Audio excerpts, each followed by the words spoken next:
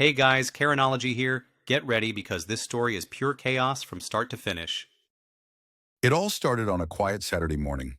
I had just finished pouring my second cup of coffee and stepped out onto my driveway to admire the crisp autumn air. My small suburban house, tucked away in the Maplewood community, had always been my sanctuary, until the homeowner association decided to turn my life upside down. Karen, the self-proclaimed queen of the neighborhood, was standing at the edge of my driveway. Her sharp voice carried over the sound of rustling leaves as she barked orders to a group of neighbors huddled nearby. She waved her clipboard dramatically, her perfectly manicured nails glinting in the sunlight. "This driveway is technically public property," she declared, pointing at the ground as if she were Moses parting the Red Sea. "And we've decided to use it for additional community parking. Alex, you'll need to move your car permanently." I froze mid-sip, the warm coffee suddenly tasting bitter. "Excuse me?" I said, stepping closer. "This is my driveway. I pay taxes on this property, Karen. You can't just take it over." Karen's lips curled into a smug smile. "It's not up for debate. The homeowner association has reviewed this thoroughly. You can bring it up at the next meeting, but the decision is final." The audacity left me momentarily speechless. I glanced at the gathered neighbors. Some looked uncomfortable, avoiding eye contact, while others nodded in agreement with Karen. The sense of betrayal hit me like a punch to the gut. "This is not happening," I said firmly. "You don't have the authority to dictate what happens on my private property." Karen stepped closer, her voice dropping to a threatening whisper. "Alex, I suggest you don't make this difficult for yourself. We're only trying to make the community better. Cooperate, and things will go smoothly." Her tone sent a chill down my spine, but I wasn't about to back down. "We'll see about that," I said, turning on my heel and heading back inside. My heart was pounding, but my resolve was solid. This was my home, and I wasn't going to let Karen or anyone else take it from me. The next morning, I woke to the sound of heavy machinery. I rushed outside to find construction workers unloading concrete barriers onto my driveway. Karen stood nearby, arms crossed and grinning like a cat that had just caught a mouse. "What the hell is this?" I demanded. "Just a little community project," Karen replied nonchalantly. "We're putting up barriers to designate the new parking area."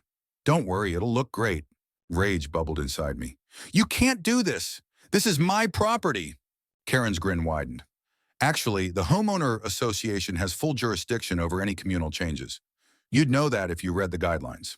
I didn't have time to argue. I grabbed my phone and started recording the scene. "You're trespassing," I said loudly, ensuring my voice was clear on the video. "I'll be calling the police." Karen's smugness faltered for a moment, but she quickly regained her composure. "Call whoever you want. It'll just make you look unreasonable." By the time the police arrived, the barriers were half installed. I showed the officers my property deed and the video I'd recorded. Karen argued her case with her usual bravado, waving the homeowner association's guidelines as if they were sacred texts. In the end, the officers sided with me, ordering the workers to stop and remove the barriers. Karen was livid, her face red with frustration. As the construction crew packed up, she shot me a glare that could have melted steel. "This isn't over, Alex," she hissed. And I believed her. The battle lines were drawn, and the war with Karen and the homeowner association had just begun. The days following the driveway standoff were eerily quiet, but I knew it was only the calm before the storm. Karen wasn't one to back down easily, and the homeowner association had made it clear they were on her side. I spent hours researching local property laws, poring over the homeowner association's bylaws, and documenting everything.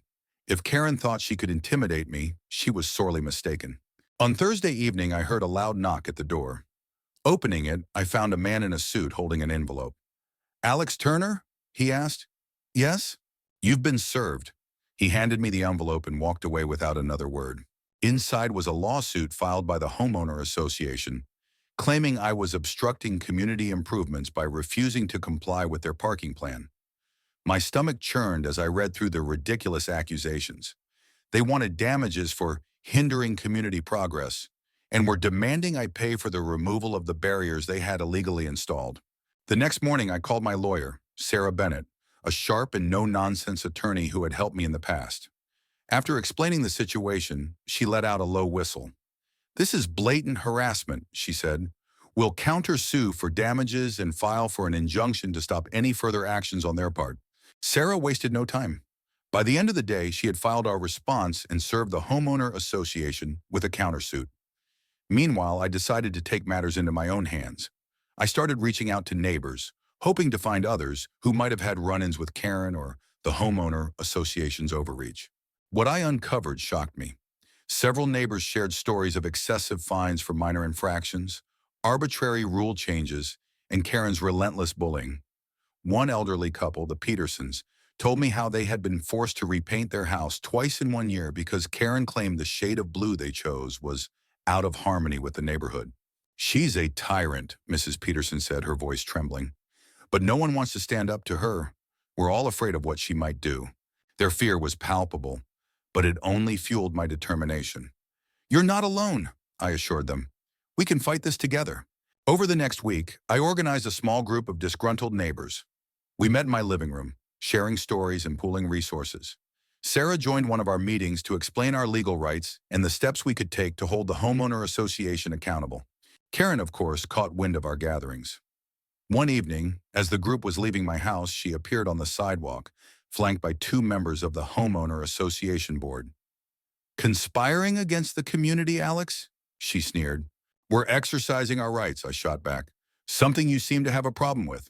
Her eyes narrowed. "Be careful, Alex. You're making enemies you don't want." The thinly veiled threat hung in the air as she stalked off. It was clear she was escalating the conflict, and I knew things were about to get worse. 2 days later, I woke up to find my mailbox vandalized. The word traitor spray-painted across it in bright red letters. My security cameras caught a shadowy figure in the act, but the footage was too grainy to identify them. I reported to the police, but their response was lukewarm at best. That night, I received an anonymous email with a single line, "Back off, or else." Attached was a photo of my driveway with a crosshair superimposed over it. Fear threatened to take hold, but I refused to let it. I forwarded the email to Sarah and doubled down on my efforts. The neighbors and I began circulating a petition to have Karen removed as the head of the homeowner association, gathering signatures and evidence of her misconduct.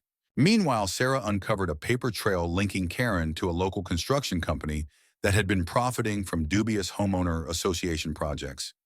It was the break we needed, and we planned to expose her at the next homeowner association meeting. The night of the meeting arrived, and the tension in the room was palpable. Karen sat at the head of the table, her usual smug expression in place. But as Sarah and I presented our findings, her confidence began to crack. Gasps filled the room as we revealed the shady contracts and fraudulent activities. Karen tried to defend herself, claiming it was all a misunderstanding, but the evidence was undeniable. The board voted unanimously to suspend her pending an investigation. As she stormed out of the meeting, she shot me a look of pure hatred. The battle was far from over, but for the first time, I felt like we had the upper hand. The tide was turning, and Karen's reign of terror was beginning to crumble. Karen's suspension from the homeowner association was a small victory, but it only served to deepen the hostility. Over the following days, the tension in the neighborhood reached a boiling point.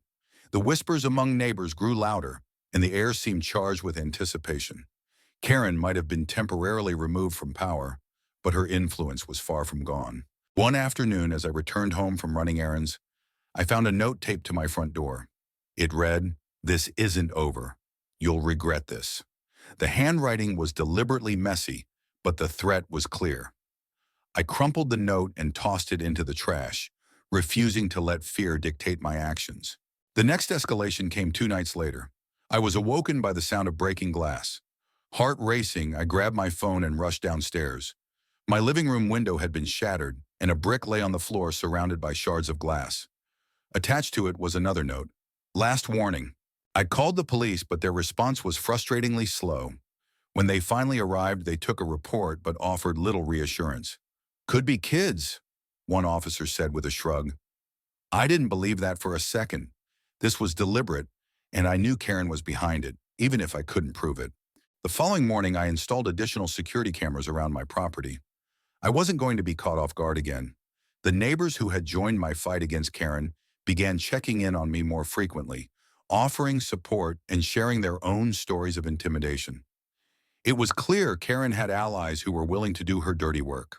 As we prepared for the upcoming homeowner association meeting, where the investigation into Karen's misconduct would be discussed, Sarah and I worked tirelessly to gather more evidence. She uncovered emails linking Karen to a series of fraudulent fines imposed on other homeowners. These emails revealed that Karen had been using her position to funnel money into personal accounts under the guise of community improvements. The night of the meeting arrived, and the tension in the room was palpable.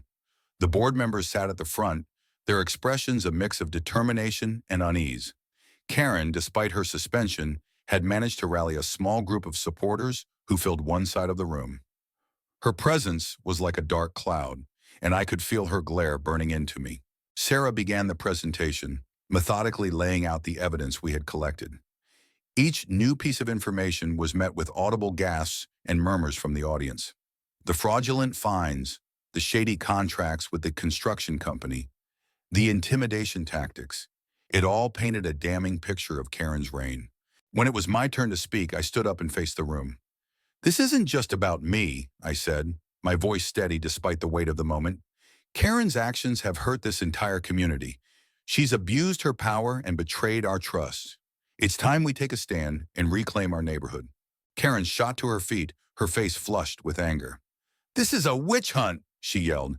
"You have no proof. These are baseless accusations." Sarah calmly responded, "The evidence speaks for itself, Karen. If you have nothing to hide, you should welcome the investigation." The board deliberated for what felt like an eternity. Finally, the head of the board stood and addressed the room. "In light of the overwhelming evidence presented, we are recommending Karen's permanent removal from her position and initiating legal action to recover misappropriated funds." The room erupted in applause and cheers, but Karen's supporters looked furious. As she stormed out of the meeting, she stopped near me and hissed, "You'll pay for this." Her words sent a chill down my spine, but I refused to let her threats shake me. The community had taken a significant step toward justice, but I knew Karen wasn't done. She was like a cornered animal, and that made her even more dangerous. The days that followed were a mix of relief and vigilance. The homeowner association began the process of undoing the damage Karen had caused. But strange things kept happening. My car tires were slashed, my mailbox was vandalized again, and anonymous letters filled with hateful messages continued to arrive. It was clear Karen or her allies were still trying to intimidate me. One evening, as I reviewed the security footage from my cameras, I caught a glimpse of a hooded figure lurking near the edge of my property. They seemed to be scouting the area, but when I turned on the floodlights, they disappeared into the night. It was a stark reminder that the fight wasn't over. Despite the lingering threats, I was more determined than ever to see this through. The community deserved better, and I wasn't about to let Karen's shadow continue to loom over us. The battle was far from over, but with each step forward, we were reclaiming our neighborhood and our lives. The final days of the battle with Karen and her allies were the most intense yet.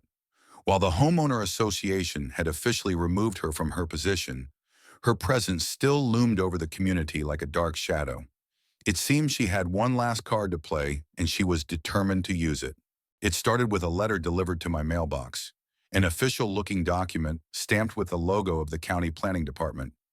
According to the letter, my property was under review for zoning violations, and there was a possibility that part of it would be seized for community infrastructure improvements. My stomach sank.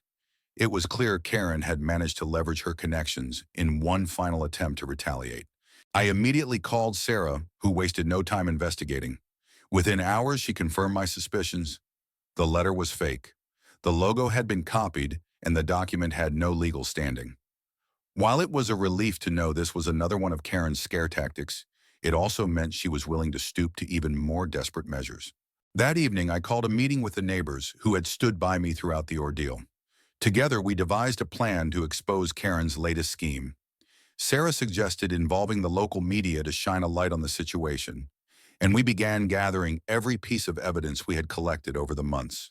The following week, a local news station ran a story on the Maplewood scandal, detailing Karen's abuses of power, the intimidation tactics used against residents, and the fraudulent activities uncovered during the investigation.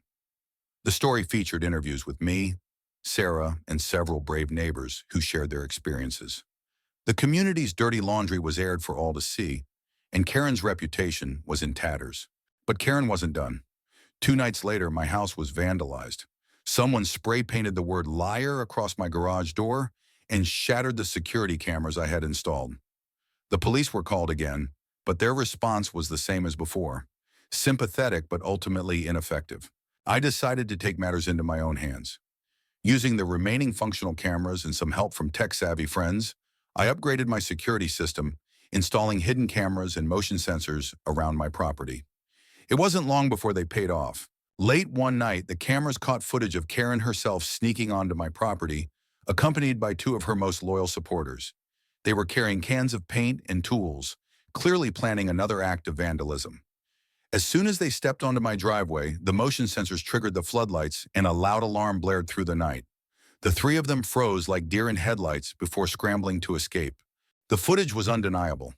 The next morning, I handed it over to the police and the homeowner association's interim board. Within days, Karen was arrested for trespassing and vandalism. Her supporters, faced with the evidence, quickly turned on her, offering to testify in exchange for leniency. The community breathed a collective sigh of relief. The nightmare that had plagued us for so long was finally over. The homeowner association implemented new rules to ensure that no single individual could ever wield so much unchecked power again. Karen's house went up for sale shortly after her arrest, and she left the neighborhood in disgrace. In the weeks that followed, the neighbors who had once been divided began to come together. We organized community events, repaired the damage done to our properties, and worked to rebuild trust.